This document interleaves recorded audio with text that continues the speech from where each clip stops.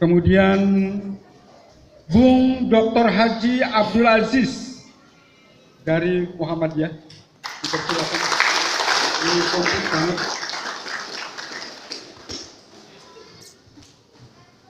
Bung kita yang terakhir. Ini masih segar dan masih muda. Sangat muda. Pewaris kuliner khas Cirebon.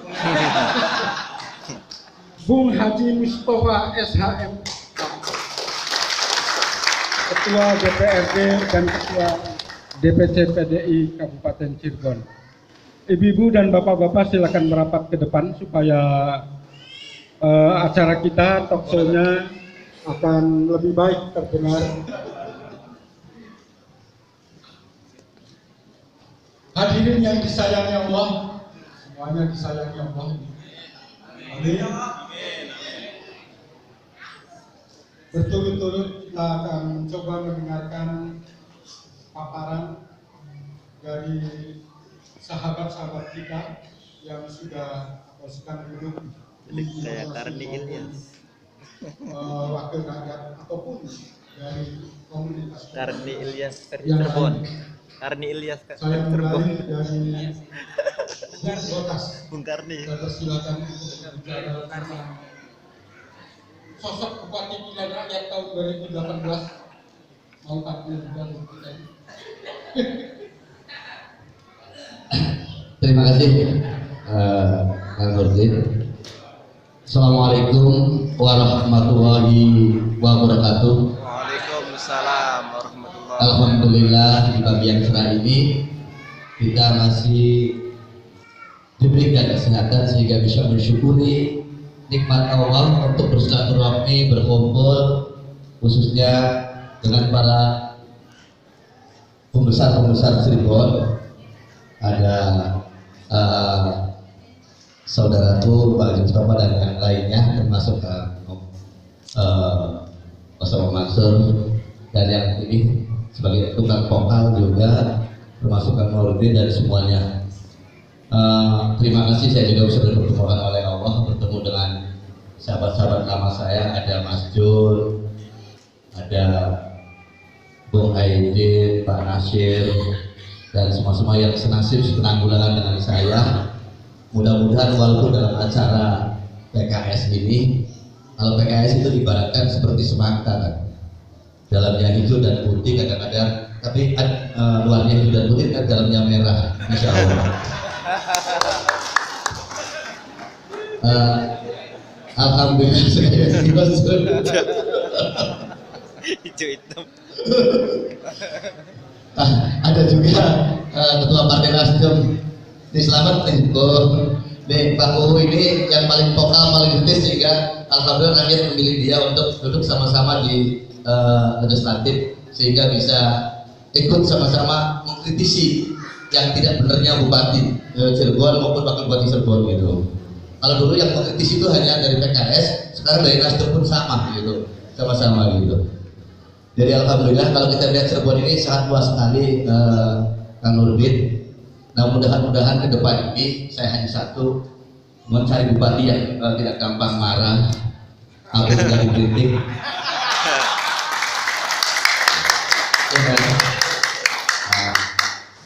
Tidak gampang apa ya, bahasa punten-punten, ibu-ibu punten ya. Bahasanya apa, kepengenan itu ngacengan ya. Punten ya saya ngomong kan. Dari bahasa kepengenan gitu. Ada bicaranya pemilihan gubernur Jakarta, yang ngaceng jadi gubernur Jakarta gitu. Pengen jadi presiden, ngaceng jadi presiden. Jadi kepengenan gitu kan. Mudah-mudahan pemimpin ke depan itu kayak seperti ini gitu. Kalau saya bisa berharap, karena gilirannya nanti ini yang muda-muda seperti ada Pak Haji Mustafa, Pak Junaidi yang muda-muda ya. Kalau kita yang udah tua, udah punya cucu nggak? Jadi kita tinggal nonton saja ya, mungkin Pak Haji Mustafa dan Pak Jun juga mungkin menunggu saya dulu gitu katanya. Jadi untuk ke depan ini mengharapkan satu pemimpin yang tidak marah dan mengerti serta bisa memahami tentang kultur budaya rakyat Cirebon itu sendiri, bukan hanya retorika tapi benar-benar pengimplementasinya, pelaksanaannya dengan real gitu kan. Jadi nggak asal ngomong, hanya bisa numpang keren di koran dapat hadiah, yang dapat beli awet apa gitu. Tapi dapat beli gitu nyatanya. Uang dari rakyat lagi begini, bukan itu nanti ke depan. Saya mengharapkan benar-benar bupati yang benar-benar merakyat, yang dicintai rakyat. Istilahnya begini. Jadi kadang-kadang punten para media di sini juga, tolonglah mengkritisi dengan benar dan disaring gitu. Jangan sampai media juga ikut mengangkat orang yang tidak benar gitu. Walaupun saya ini duduk di samping orang yang tidak suka menepati janji, bukan arti saya juga saya pengen berbuat ingkar janji, bukan gitu. Walaupun saya duduk dengan orang-orang yang tidak berpati janji, tapi saya tidak menginginkan diri saya ini untuk masuk di dalam pengingkaran janji, bukan gitu. Ini yang saya harapkan. Jadi benar-benar real nyata gitu. Real nyata, mengerti dan memahami apa sih keinginan rakyat. Kalau rakyat Cirebon ini saya tuh kira nggak minta macam-macam sih, cuma ada 5 gitu. Yang pertama, waras, sehat jasmani dan rohani, sugi beras, maaf, barane akas, iya, cerdas, dan insya Allah masih bisa punya otoritas Kabupaten Cirebon sendiri. Maksudnya otoritas itu kan gagah dan punya otoritas tersendiri. Ini Cirebon waras dalam arti kata yang pemimpinnya mau bisa menyehatkan secara rohani dan jasmani rakyat Cirebon. Yang pertama, kalau pemimpin ini punya bukan hanya asal kata-kata, bukan hanya mendapatkan pelanggan dari presiden dari gubernur tapi benar-benar real di lapangan gitu. Warasnya Cirebon ini tidak ada lagi gizi buruk, tidak ada lagi yang lainnya. Nah ini yang dari pertama pemimpin Cirebon itu waras, sugi beras, tidak kurang pangan dan sandang rakyat Cirebon ini. Jadi rakyat Cirebon mengharapkan tidak kurang sandang dan pangan gitu maksudnya. Nah, sugi beras itu ya mau pulang nggak cari-cari makan dulu, sudah ada berasnya di rumah. Itu gampang untuk Cirebon. Kalau kita mau digali bersama-sama potensi SDM dan SDA Kabupaten Cirebon, gampang untuk digali sehingga rakyatnya waras dan sugi beras. Yang ketiga, cerdas. Bagaimana bisa cerdas? Rakyat Cirebon ini rata-rata putus sekolah SMP, keluar sekolah SMP itu hampir 39.000 orang per tahun. Sedangkan yang diterima SMA untuk Kabupaten Cirebon ini paling 10.000 sampai 15.000 orang setiap tahun, sehingga masih ada PR sekitar 20.000 orang lah. Plus adanya dengan kota, diterima di kota dan swasta, itu paling banter-banternya 20.000, sehingga masih setiap tahun kita PR-nya 15.000 orang untuk sekolah SMA, SMP ini mau dikemanakan gitu. Sehingga IPM Kabupaten Cirebon masih rata-ratanya pendidikannya itu kelas 2 SMP. Nah untuk ke depan agar mengajak Cirebon ini bupati yang punya komitmen untuk mencerdaskan rakyat Kabupaten Cirebon yang hakiki, bukan hanya retorika doang. Ini yang kami inginkan. Nah mudah-mudahan nanti ke depan ini seperti yang muda ini Pak Haji Mustafa dan Pak Jun mendengar ini. Ya mudah-mudahan ini Pak Mustafa karena ketua Banggar, Mas Jun juga anggota Banggar, bisa menganggarkan agar sekolahan per kecamatan gabung tambah SMA-nya, sehingga tidak ada lagi sisa rata-rata per tahun ini 15.000 orang. Karena kalau dulu saya mungkin sama-sama dengan Pak Haji Mustafa dan Mas Jun selalu getol memperjuangkan rakyat, tapi barangkali sekarang karena mungkin berdua ini ditutup ya, atau kantongnya dikasih duit, nggak tahu saya. Bukan solution, maksudnya dikasih duit istrinya untuk sanggup, gitu. Sorry. Nah, yang ketiga, bagaimanapun agar masyarakat Cirebon ini punya, maksudnya barangnya kasih sayangnya, punya kasih pemerintah daerah itu pemimpin itu punya rasa kasih sayang. Akas itu kasih sayangnya. Maksudnya jangan ada demo langsung marah. Ya, ngebuat preman, ngebuat pemuda Pancasila, nah itu nanti memancing yang lainnya. Ya, tolong nggak perlu tulis itu oleh wartawan. Sekarang saya yang bicara, saya akan bertanggung jawab pembicaraan ini. Karena saya juga sangat mendukung tidak ada Pak Ketua DPRD yang sekarang ini. Ayo Pak, selamat datang Pak Haji Sultari. Nah, mudah-mudahan Pak Haji ini masih muda dan energi juga itu. Dia selalu membela rakyat kecil ya Pak. Ya, walaupun utang-utangin duit gitu, nggak apa-apa. Tenang aja Pak Haji. Dan selanjutnya atas ini pemimpin ini harus punya akik kasih sayangnya. Akik itu banyak kasih sayangnya kepada rakyat Cirebon, bukan malahan ambil duit rakyat kantongin. Nah, sayang hanya omongan doang, jangan konsisten dalam janji, tapi pelaksanaan janji itu yang harus kita laksanakan. Kalau ini janji paling gampang, dan nanti Pak Kiai ibu ini gampang, tapi pelaksanaannya nggak ada. Saya akui lah. Nah, untuk ke depan bupati yang harus dipilih itu bupati yang hanya bisa menebar janji, tapi pelaksanaan yang kita pilih itu. Ini yang terakhir, barangkali bupati yang benar-benar gagal dan punya otoritas gitu. Bukan kotas ya. Oh, kotas ya benar. Bukan saya ngomong juga. Bukan saya ngomong. Jadi gagal maksudnya gagal ini memperjuangkan hak-haknya rakyat dan punya otoritas sendiri. Jadi sebelum kita menentukan memutuskan sesuatu harus berpikir dan berpikir terus. Jangan ngomong tapi menyesali nantinya. Bolehlah kita berbuat salah karena semua manusia itu salah gitu. Jadi itu loh yang kita inginkan kan. Ada 5, masyarakat Cirebon itu cuma 5 mintanya itu. Tadi itu waras, sugih beras, cerdas, barangnya atas, dan punya otoritas yang tinggi tentang budaya, tentang sosial, ekonomi dan politik gitu. Nah ini yang kami harapkan ke depan ini dari bupati pilihan kita. Nah yang ada kita melihatnya ada di 2 orang dan banyak orang lah di Kota Cirebon ini. Kalau satu sisi lain untuk bupati yang akan datang ini saya melihatnya satu figur yaitu Pak Haji Mustafa, tapi setelah saya dulu gitu ya. Ya kan, cukup ya. Terima kasih. Mudah-mudahan ke depan ini sebagai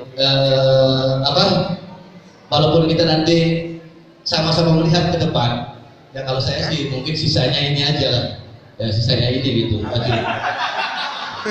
kita kan selalu menerima barang bekas kembali gotas kan gitu. Jadi insya Allah untuk lanjutannya ke depan saya untuk menunjuk dan mudah-mudahan Pak Haji Mustafa yang energi ini karena saya akui jadi seorang pemimpin itu yang harus berani berbeda pendapat dengan penguasa sekarang. Inilah barangkali dari saya. Kurang dan lebihnya saya mohon maaf dan saya bicara ini apa adanya bukan apa adanya, bukan adanya apa bukan gitu.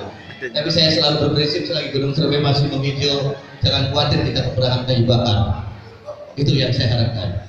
Karena apa?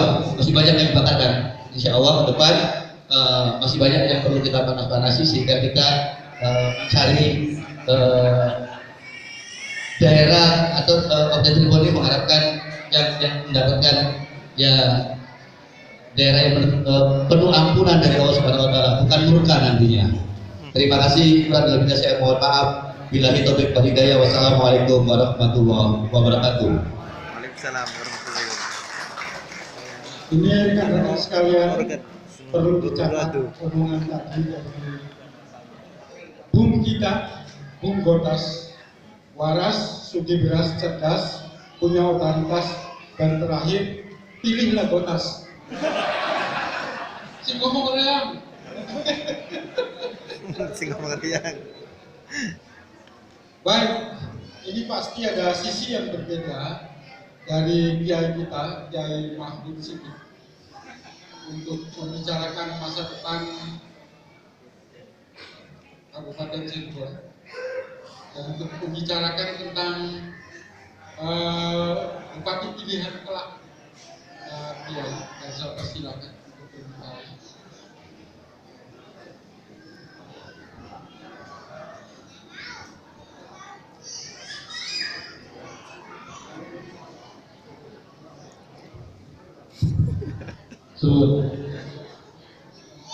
Saya mau usul dengan 2 alasan dulu. Yang pertama, saya ini mewakili atau bagian dari Sohibul Baik. Tuan rumah biasanya hormati tamu, ya, dan mendahulukan tamu. Yang kedua, tuan rumah memang nggak boleh ngomong lebih dulu. nanti hajarnya ketahuan. Jadi kalau boleh usul, Bung Moderator, biar saya belakangan aja.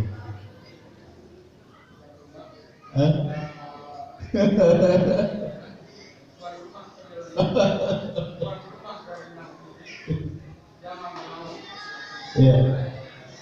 Tapi karena moderator punya otoritas, telah menunjukkan mampu menggunakan otoritas dengan baik. Baik, bismillahirrahmanirrahim. Assalamualaikum warahmatullahi wabarakatuh. Waalaikumsalam warahmatullahi. Alhamdulillah, syukurillah, wassalatu wassalamu ala rasulillah Sayyidina Muhammadin wa ala alihi wa sahbihi ajma'in, amma ba'd. Yang saya hormati Wakil Bupati, para pembicara yang tidak saya sebut satu persatu tanpa mengurangi rasa hormat, Ketua DPD dan seluruh tamu undangan. Pertama saya minta maaf dulu, mungkin yang disampaikan Pak Jun benar, kantor PKS ukurannya lebih besar dari kantor PDIP, tapi suhunya lebih panas di sini, ya. Jadi mohon maaf buat Pak Bupati, Pak Kiai dan yang lain, ya. Mudah-mudahan nanti kalau ada acara lagi kita undang Wakil Bupati, beliau sudah merasa lebih nyaman di ruangan ini, insyaallah, ya. Yang kedua, tentu saja sebagai sesama saudara, sesama muslim, kita ucapkan barakallah kepada Wakil Bupati Kang Botas yang telah menyelesaikan bagian dari perjalanan hidupnya yang sulit, ya. Tadi saya bisikin beliau, biasanya kalau pesilat makin tinggi ilmunya makin banyak cobaannya.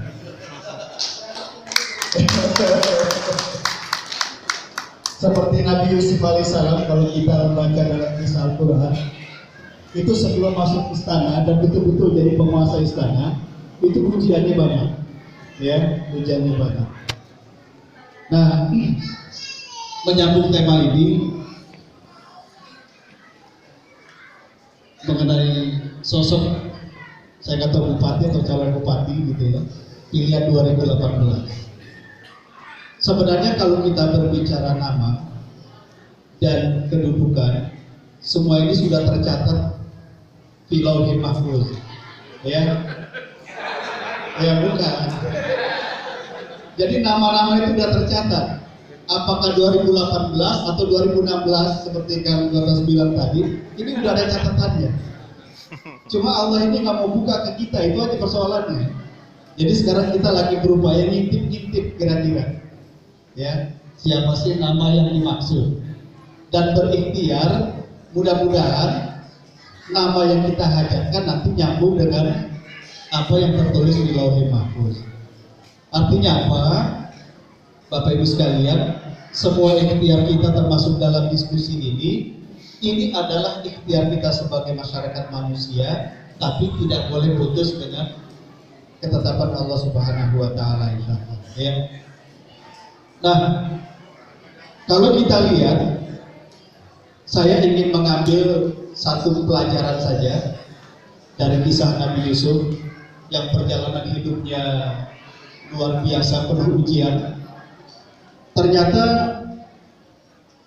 yang menjadi kekuatan Nabi Yusuf sehingga mampu memimpin satu negeri yang begitu besar itu cuma dua hal saja.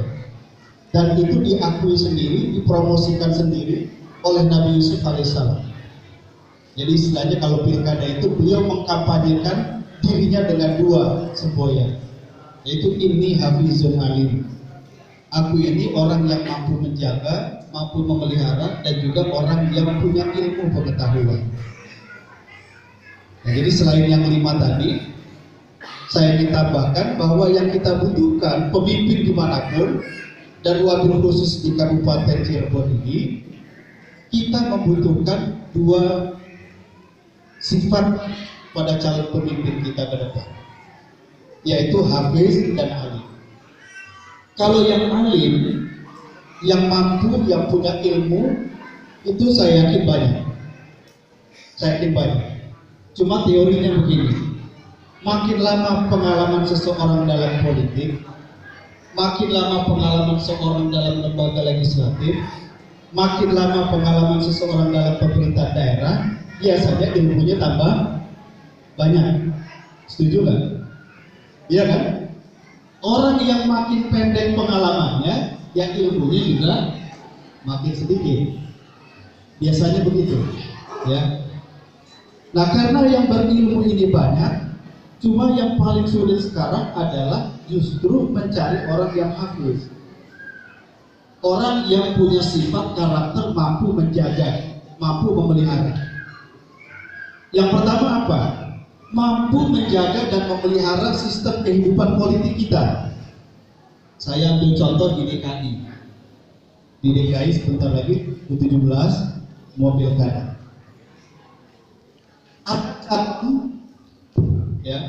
Ada calon gubernur, terlepas dari kehebatan promosinya atau promosi kehebatannya, orang ini dalam penilaian saya dia tidak hafiz. Kenapa? Tidak mampu menjaga kehidupan sistem politik. Yang namanya di Indonesia sistem politik di Undang-Undang Dasar dan di Undang-Undang itu bertumpu pada kekuatan yang namanya partai politik. Makanya semua rekrutmen kepemimpinan negara ini melalui partai politik. Tapi ada orang merasa punya kemampuan ingin menjadi pemimpin, tetapi tidak menjaga kehidupan partai politik. Yang pertama, karena merasa dirinya hebat secara individu, dia cuma pinjam partai politik. Begitu jadi pemimpin, partai politiknya ditinggal. Ini saya ngomong Jakarta ya, Jakarta ini. Ya. Dan rupanya ini penyakit menular. Karena sejumlah daerah lain ikut ketularan penyakit ini. Dan bahkan karena ini dianggap bukan penyakit, orang menganggap justru ini satu hal yang bagus, akhirnya stadium penyakitnya naik dari stadium 2 menjadi stadium 4. Karena sekarang dia tidak lagi perlu merasa pinjam partai politik, cukup maju sebagai calon independen. Ini Jakarta. Ya, ini yang saya katakan orang yang tidak hafiz terhadap konstitusi dan undang-undang, tidak mampu menjaga, memelihara konstitusi dan undang-undang yang menjelaskan partai politik itu adalah pilar kehidupan politik di Indonesia. Itu. Yang pertama, ini pandangan PKS, anggota. Yang kedua yang dimaksud dengan hafiz ini adalah mampu menjaga kebersamaan yang didasari prinsip gotong royong. Proklamator Republik Indonesia yang namanya Insinyur Soekarno ketika membedah nilai-nilai budaya masyarakat Indonesia yang beragam dari Sabang sampai Merauke, beragam suku, bangsa, bahasa, termasuk agama, beliau ketika memeras nilai-nilai keindonesiaan berkesimpulan nilai inti orang Indonesia itu satu. Yang kalau nilai inti ini dipegang, dijalankan, insya Allah Indonesia ini langgeng, damai, tentrem. Tapi kalau nilai ini ditinggalkan, kita ini ribut, gak karu-karuan, gak pernah selesai masalah. Apa satu nilai dasar itu, nilai inti itu, yaitu gotong royong. Gotong royong.